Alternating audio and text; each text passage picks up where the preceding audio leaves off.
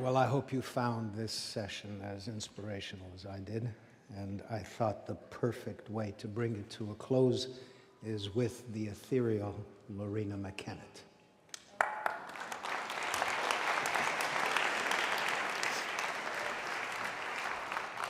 There she is.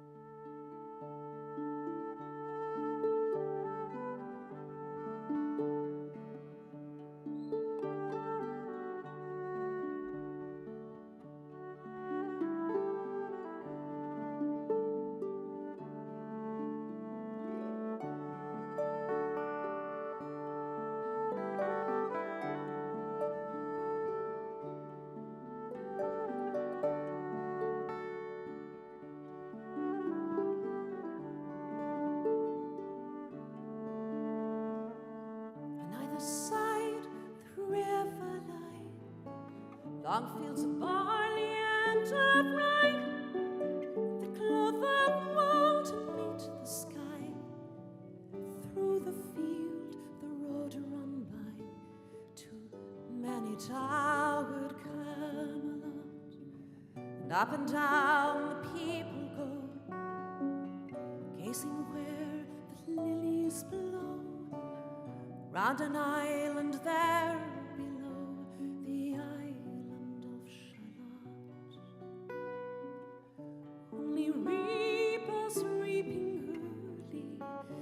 amongst the bearded body. Hear a song that echoes cheerly from a river winding clearly, flowing down to Camelot. And by the moon the reapers weary, piling sheaves in uplands airy, and listening whispers, 'tis the fairy, the lady of Shalott.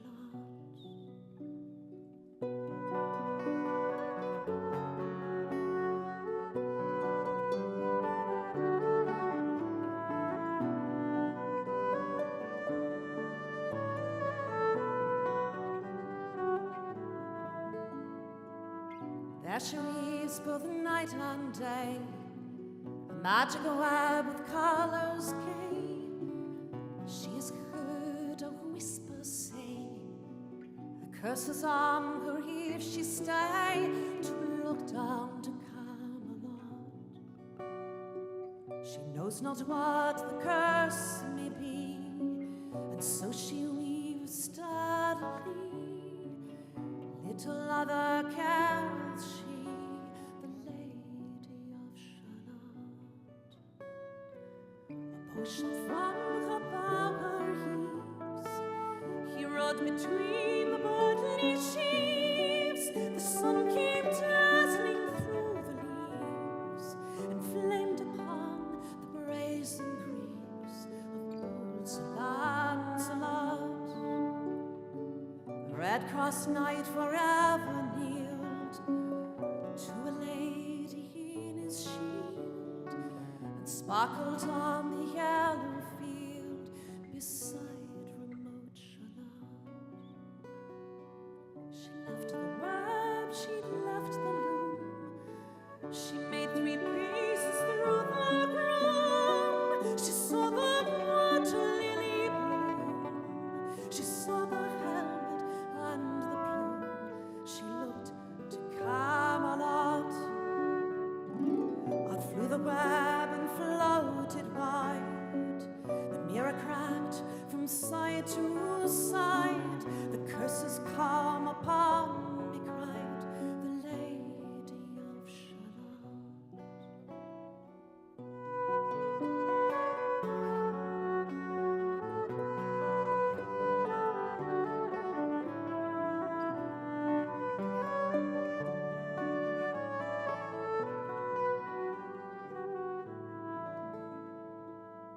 In the stormy east wind straining, the pale yellow woods were waning.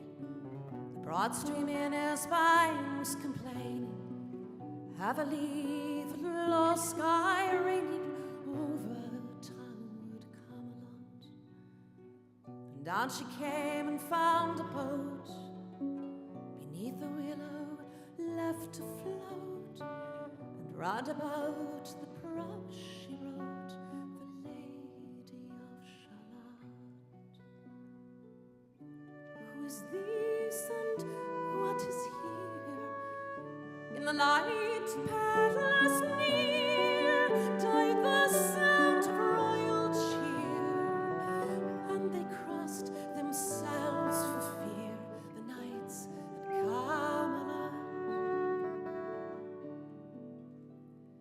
And Lancelot mused a little space.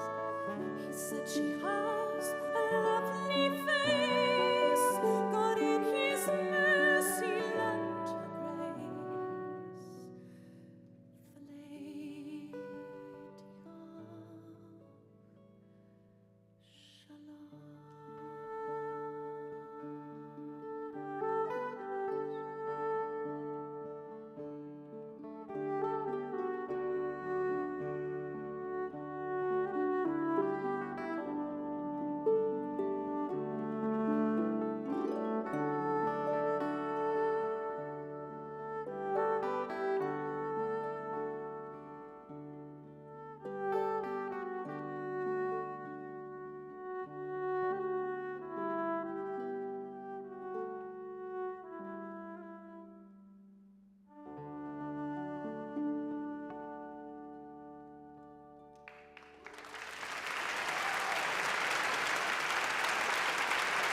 Thank you. Thank you very much.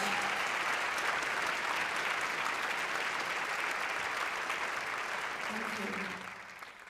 It's interesting to observe in the calendar of events being regarded as a Celtic princess or songstress or something. At the same time as it also mentions I've managed my career such as it is. And I have to say, about 30 years on, it's been an incredible journey. I've met so many people and have experienced so many extraordinary things. And also being the manager of my career path has also been very enlightening. But as I lead up to the introduction of this next piece, I feel that I must in all honesty share with you another thought or a concern that I have. I think it's safe to say that from where I see things in the music, not just the music business, but music in society as general, things have changed drastically, and I would argue not for the better. Straight from the music industry, which is really an industry now on its knees, but also to do with music in schools and the role of music in people's lives. And we were just talking earlier about the distinction between being performers of music and you folks being spectators, and those who have chosen to embrace music in their lives as a part of that spectrum of wonderful ways that we can communicate with each other, whether it's singing heritage folk songs or whatever it is. There was a cartoon in the New York Times some time ago. It was an image of these lemmings that were running towards a cliff, and the caption was, "What lemmings believe," and that is that there's a little bubble, content bubble that says, when we get to the cliff, we're going up. And I've thought about that in relationship to connection technologies, and I haven't come this far in my own career without having embraced them, I think a lot for the good, but having spent more and more time also familiarizing myself with the education system, and I would argue that a whole idea city could be done on connection technologies and the role that it plays in our life. So I would like to finish off my little portion here with a poem that I set to music, a poem of W.B. Yeats. Yeats lived in the west coast of Ireland, and I'd like to think that he was capturing some of his childhood in this poem, which those lazy kind of days where you're lying around in nature and looking up at the clouds, or looking for those magical things in the natural world, and perhaps not studying your tablet or your iPhone. And I think that it has, for me anyway, it has great relevance in this time, so I'll leave you with that. It's called The Stolen Child.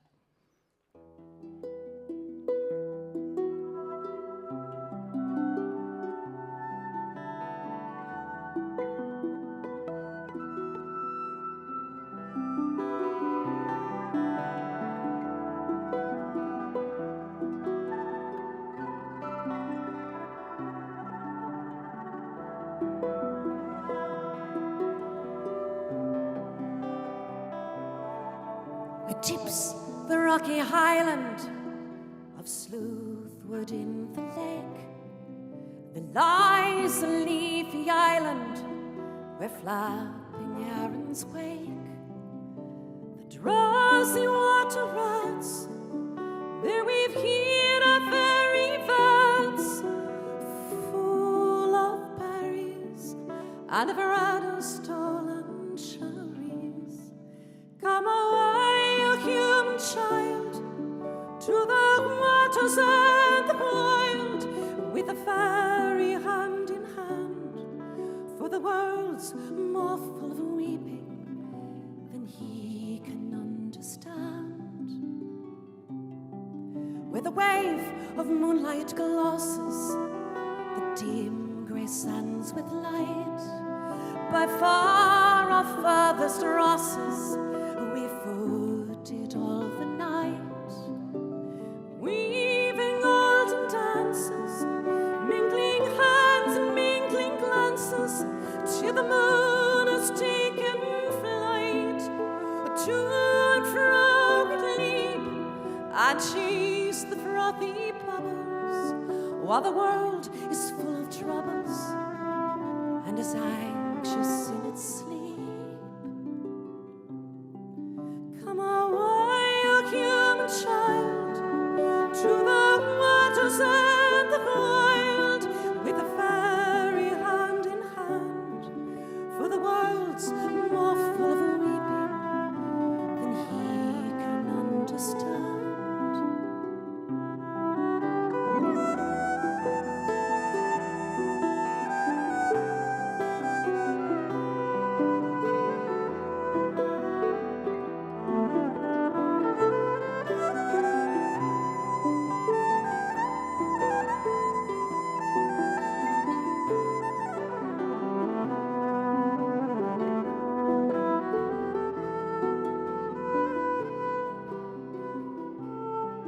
Where the wandering water gushes from the hills above Glencar, in pools among the rushes that scarce could be the star. We seek for slumbering trout, and whispering in their ears, give them in quiet dreams, leaning softly out from fans that drop their tears over the young streams. Come away, you human child, to the waters and the wild, with a fairy hand in hand, for the world's more full of weeping than he can understand.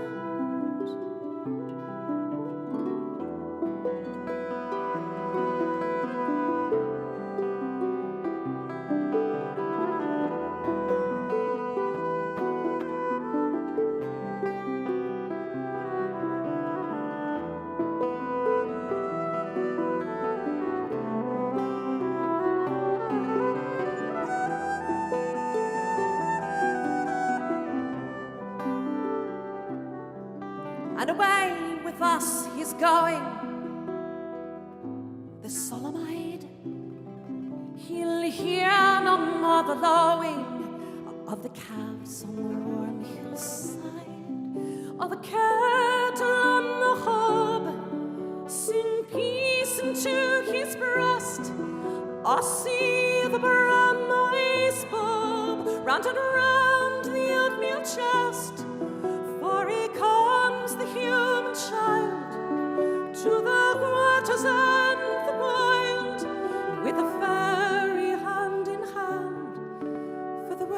clouds